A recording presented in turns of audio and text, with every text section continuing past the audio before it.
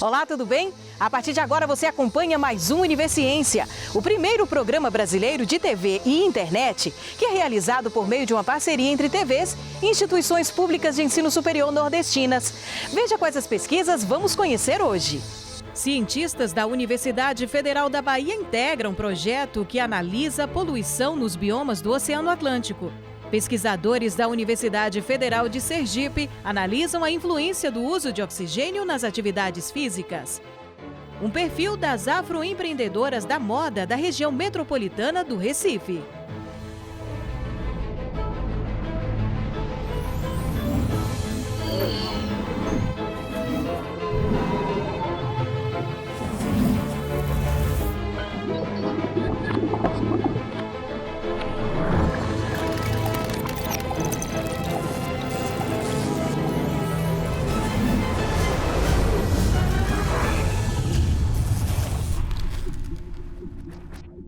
A mudança climática e a poluição plástica afetam principalmente os oceanos. E para estudar os efeitos da interferência do homem nos mares, é que surgiu o projeto Tara Ocean. Recentemente, o veleiro de pesquisa esteve de passagem em Salvador durante a expedição que integra o Programa Internacional de Pesquisa Atlanteco. Junto com outras 36 instituições parceiras de 13 países, a Universidade Federal da Bahia também integra o projeto, atuando tanto na pesquisa dos poluentes quanto na análise atual e futura dos microbiomas.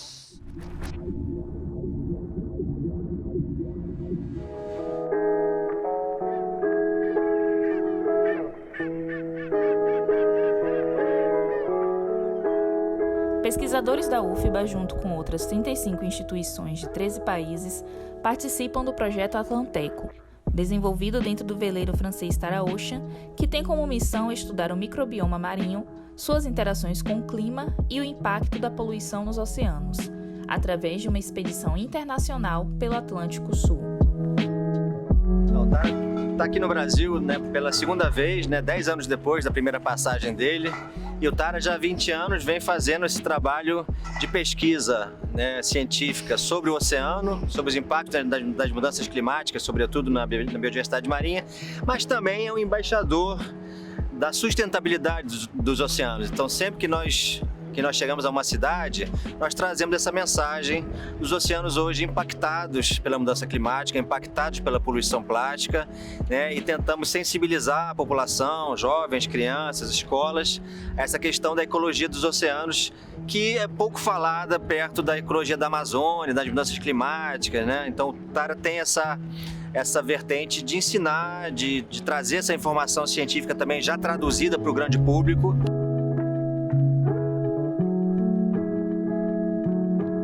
O projeto Atlanteco, ele é formado por um consórcio de 36 parceiros, tem 8 universidades brasileiras, tem também instituições da África do Sul e vários países europeus. Então forma aí uma grande equipe de trabalho multidisciplinar e a gente vai estudar o microbioma do oceano. O que é o microbioma do oceano? É o conjunto de micro-organismos e as suas interações no oceano. Cada gota, 1 mililitro de água de mar tem milhões de micro-organismos, E a diferença dos ecossistemas terrestres, a produção primária, a fotossíntese, o crescimento de plantas, entre aspas, no mar é microbiana. Então não temos as raízes que trazem os nutrientes para as folhas. É o movimento da água do oceano que traz esses nutrientes do fundo. E esses micro-organismos crescem na água e produzem cerca de metade do oxigênio que nós respiramos, Então tem um papel muito importante. Além disso, é um grande sumidouro de carbono no oceano. Então o oceano puxa esse carbono que a gente emite para a atmosfera pela queima de combustíveis fósseis. Cerca de 25% desse carbono é absorvido pelos oceanos graças a esses micro-organismos. Então a gente está estudando aqui nesse projeto como é que as mudanças climáticas influenciam esses micro-organismos e as suas interações. Para a gente poder estudar esses microbiomas, é interessante a gente ter uma ideia da hidrodinâmica, e da parte termodinâmica do oceano, ou seja, como que as correntes e a circulação do oceano afetam essa distribuição desses micro-organismos na água e também no caso do microplástico, que não deixa de ser um poluente.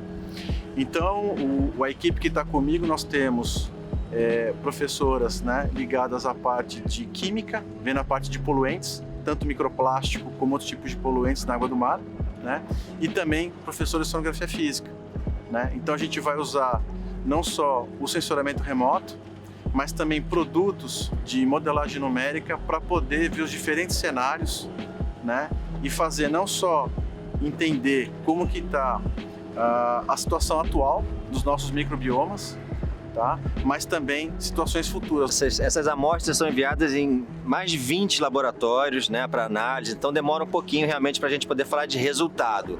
O que a gente pode falar é que realmente há uma presença de microplásticos hoje no oceano de maneira global, até nas áreas mais recuadas, até na Antártica, ou até no Oceano Ártico, nós temos achado partículas plásticas, e aqui no Brasil não é diferente. No Amazonas, dentro do delta do Amazonas, a poluição de plásticos é um problema, né? Então isso já é uma grande tendência aí que a gente pode falar, e realmente que o impacto das mudanças climáticas já é uma realidade, né?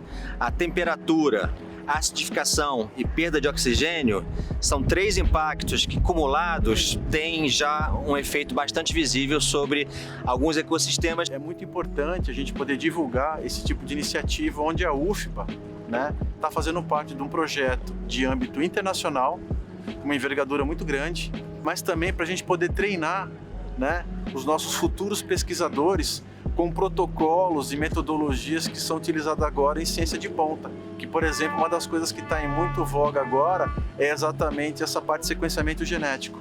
E aí é uma oportunidade que a gente tem imensa da UFBA estar sendo uma das protagonistas, né, nesse mainstream da ciência, que é exatamente esse projeto Atlanteco.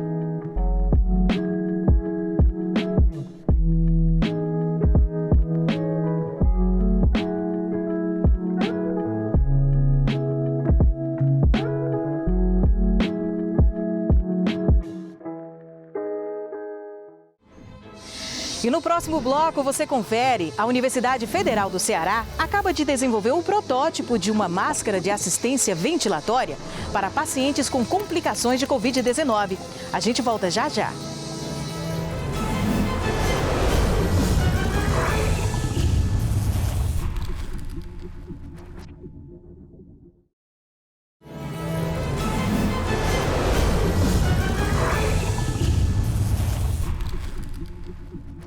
A Universidade Federal do Ceará acaba de desenvolver o protótipo de uma nova máscara de assistência ventilatória para pacientes com complicações da Covid-19 e de outras doenças pulmonares.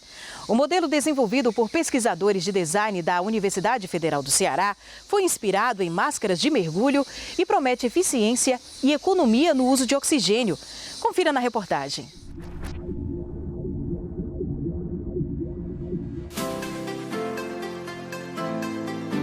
Wolf Mask vem como mais uma alternativa com diferenciais interessantíssimos para contribuir para a ventilação dos pacientes que são acometidos pelo Covid e que demandam esse tipo de assistência. Então, trazemos uma inovação aí hoje, a partir de um trabalho de grupo e interdisciplinar entre vários departamentos.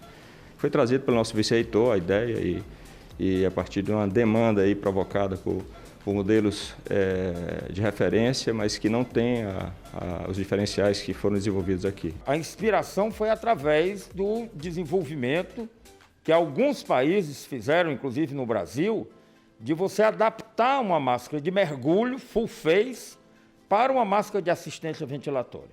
E nós testamos essa máscara de mergulho e realmente a gente viu que essa máscara era eficaz, mas tinha vários problemas, porque ela não tinha sido feita para ser uma máscara de assistência ventilatória. Essas adaptações, elas sempre têm desvantagens, né? No caso da máscara de mergulho, uma das grandes desvantagens era a ergonomia da máscara, o que é algo significativo, já que o paciente precisa passar muitas horas com ela, né? Então, diante dessa situação, a gente começou a pensar que seria interessante, que faria sentido pensar uma interface toda nova e que ela tivesse a melhor adaptação possível para esse contexto. Tanto na Europa como em alguns locais do Brasil, essa máscara de mergulho adaptada, ela mostrou-se, né, adaptada para uma máscara de assistência ventilatória não invasiva, ela mostrou-se eficaz.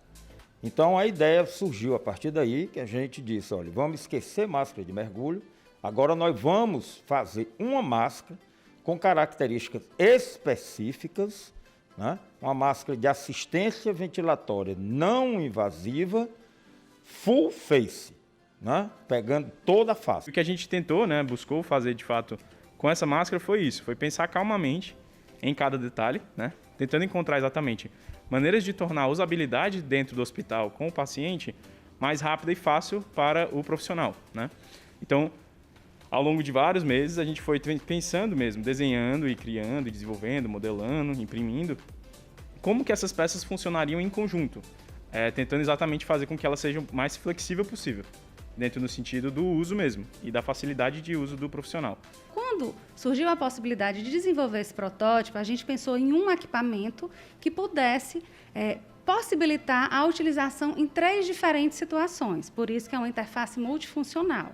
Pode ser utilizada em equipamentos com circuito único, por exemplo, um BiPAP, um CPAP, ou ainda um gerador de fluxo para a gente fazer um alto fluxo, como pode ser utilizada com equipamentos de circuito duplo, como os ventiladores de UTI.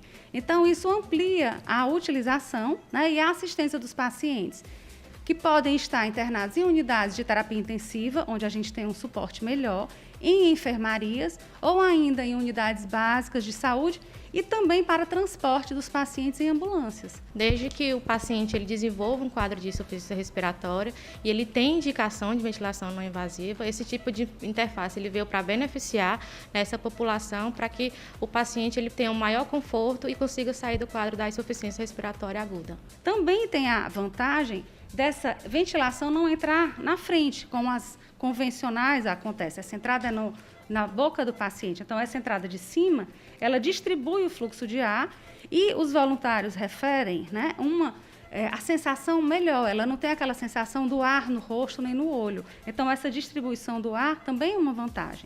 Eu achei ela muito confortável. Eu não consigo ficar com claustrofobia, não sinto nenhum desconforto realmente.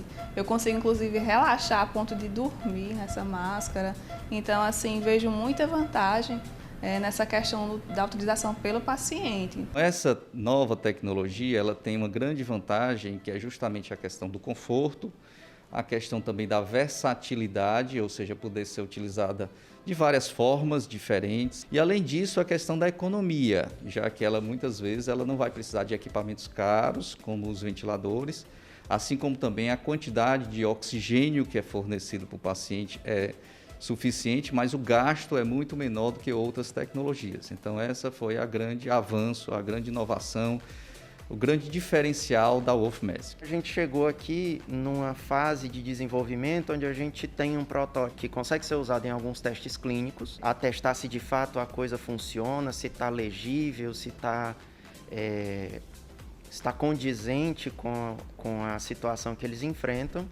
E aí agora é a fase onde a gente chega, depois de ter atestado esse funcionamento, é de fato ir atrás de alguns parceiros na indústria, para que a gente consiga agora discutir sobre esses processos produtivos em larga escala. A gente fica muito feliz com o resultado, tanto no sentido do que ele é para esse momento que a gente está vivendo como humanidade, mas também o que ele pode ser para outros, né, momentos, inclusive para outros tipos de doença respiratória, né, de auxiliar o mesmo profissional.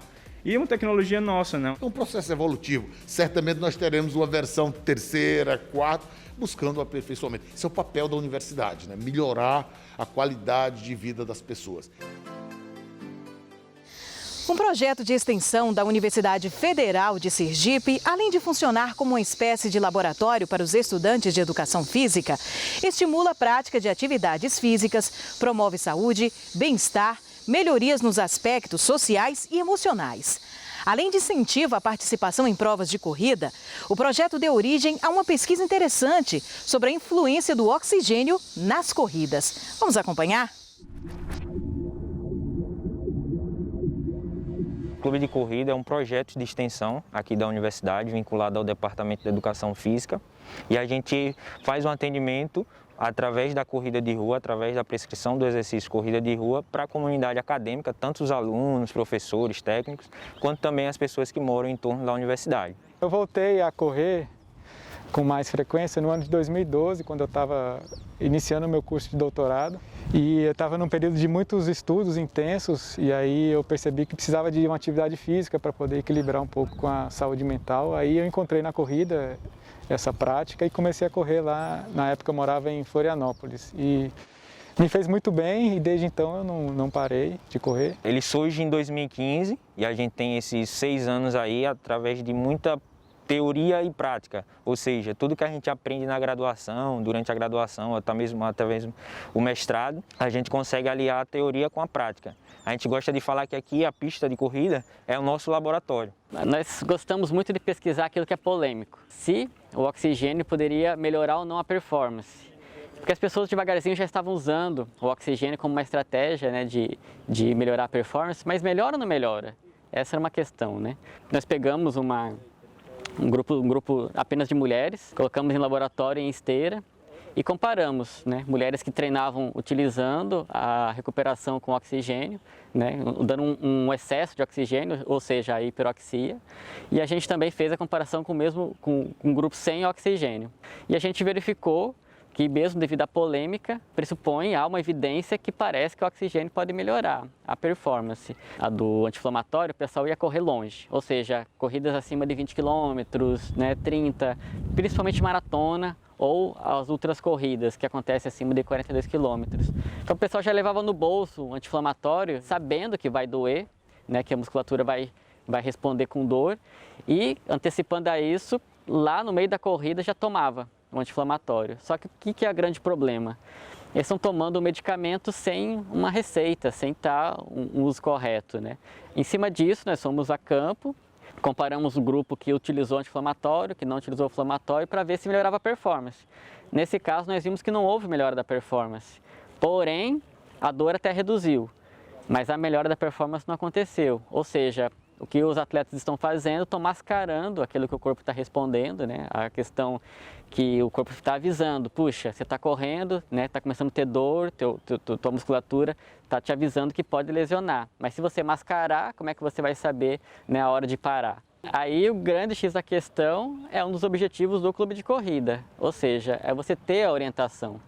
Porque é amplo, né? Você tem que ter uma orientação tanto da parte nutricional, quanto uma orientação na parte da tua periodização, ou seja, o pessoal começa a correr, imagina que correu quanto mais rápido, quanto mais longe, que isso vai fazer com que você melhore. Mas na verdade, um treinamento correto, você precisa ondular.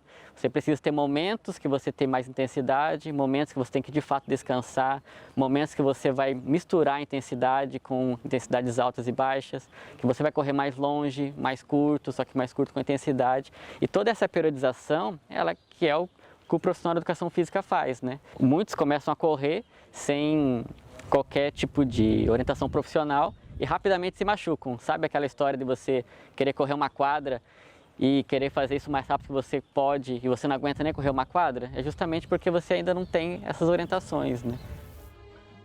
E daqui a pouco uma análise do perfil social das empreendedoras negras da moda da região metropolitana do Recife. A gente volta já.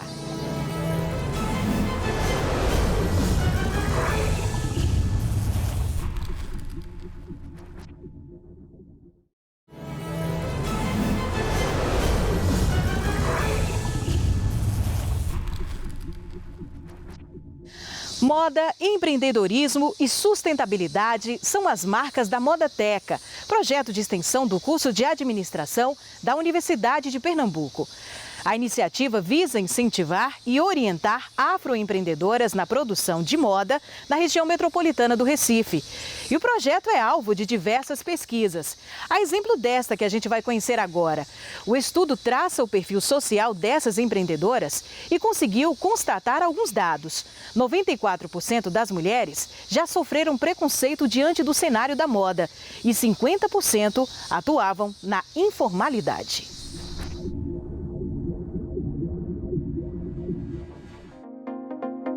Bom, primeiro contextualizar que a gente está num estado de Pernambuco que tem um polo de confecções, né, e tem um dom, uma inclinação para a economia criativa. Então, dentro desse contexto da economia criativa, nós pensamos no projeto Modateca para atender essas demandas ligadas principalmente às mulheres e ao desenvolvimento de nano e pequenas empreendedoras. Preferencialmente são mulheres, incentivar o empreendedorismo feminino, né? Então, nós escolhemos aí trabalhar com o afroempreendedorismo. Então, as mulheres afroempreendedoras, né, foi feito um chamamento público através das redes sociais, uma seleção, e aí foram selecionadas 26 marcas que já tinham um DNA da moda negra, autoral, né? Então a gente trabalha aí no sentido de desconstruir essa moda que foi colonializada. Aí, a partir dessa seleção, né, a gente traz as mulheres para a universidade, para dentro de sala de aula, e vai trabalhar os conteúdos de moda, de design, de economia criativa, de artesanato, de sustentabilidade, de gestão de negócios digitais. O projeto, a base é o programa de extensão Modateca. Paralelamente, a gente faz as ações em interseção com a sala de aula, com o ensino, com os alunos, e também vamos colhendo, ao longo das ações que são desenvolvidas na Modateca, material para pesquisa. Então, fazemos entrevista, recolhemos dados, fazemos análises. A gente desenvolveu uma pesquisa de acordo com o perfil socioeconômico das afroempreendedoras da economia criativa da região metropolitana do Recife. Então, a gente teve o recorte que foi das mulheres empreendedoras aqui, que teve a capacitação no projeto. E aí a gente estudou e pesquisou, na verdade, o cenário econômico, como a marca dela se situou no mercado. A gente auxiliou no processo de gestão de negócios, no marketing, no empreendedorismo e, em geral, na economia criativa. A gente está vivendo aqui a parte prática, né, no projeto de extensão. Mas a gente entende que essa prática ela precisa ser reconhecida, analisada, adequada, né, e retroalimentar o sistema. Então, a pesquisa ela é importante, a pesquisação, porque ao momento que vão se desenvolvendo as ações, a gente vai colhendo esses dados, né, e fazendo um trabalho científico. E essa pesquisa, ela assim, mostrou as realidades do Brasil. A gente constatou dados alarmantes, por exemplo, que 94% das mulheres já sofreram preconceito diante do cenário da moda. A gente constatou que 50% delas atuavam no trabalho de forma informal.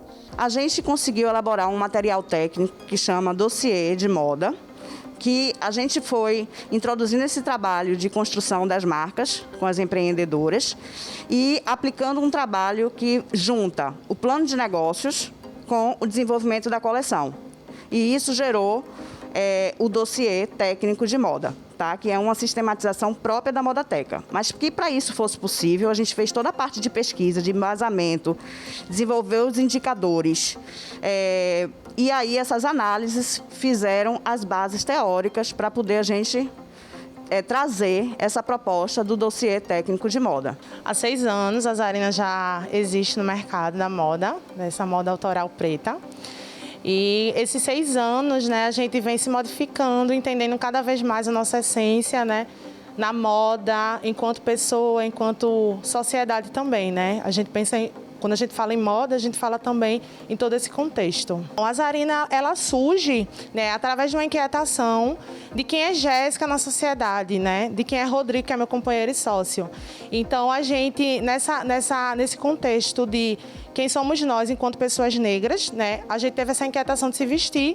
Então, a gente buscou trazer a Zarina, né, como forma de foco, exaltação também da negritude, né? Então, a gente traz tudo que a gente traz como viés de roupas, acessórios, recortes. A gente sempre está pensando, né, nessa população que tem essa invisibilidade dentro da sociedade, né? Que elas possam se vestir, se enxergar, se exaltar e se empoderar ainda mais. Pude desenvolver bastante coisa, né? E trazer para minha marca e tá utilizando até hoje, né? Como desenvolver um dossiê, como entender mais sobre as famílias, né, do desenvolvimento de uma coleção, Porque eu fazia coleção, mas assim, não tinha essa noção desse desenvolvimento, né? Então eu aprendi muita coisa aqui no Modoteca, né? E aplico, como essa última coleção que a gente está lançando, que é o Patuá Força Ancestral. E o Universiense de hoje vai ficando por aqui. Na próxima edição voltamos com mais pesquisas científicas do nosso Nordeste. Tchau, tchau e até lá!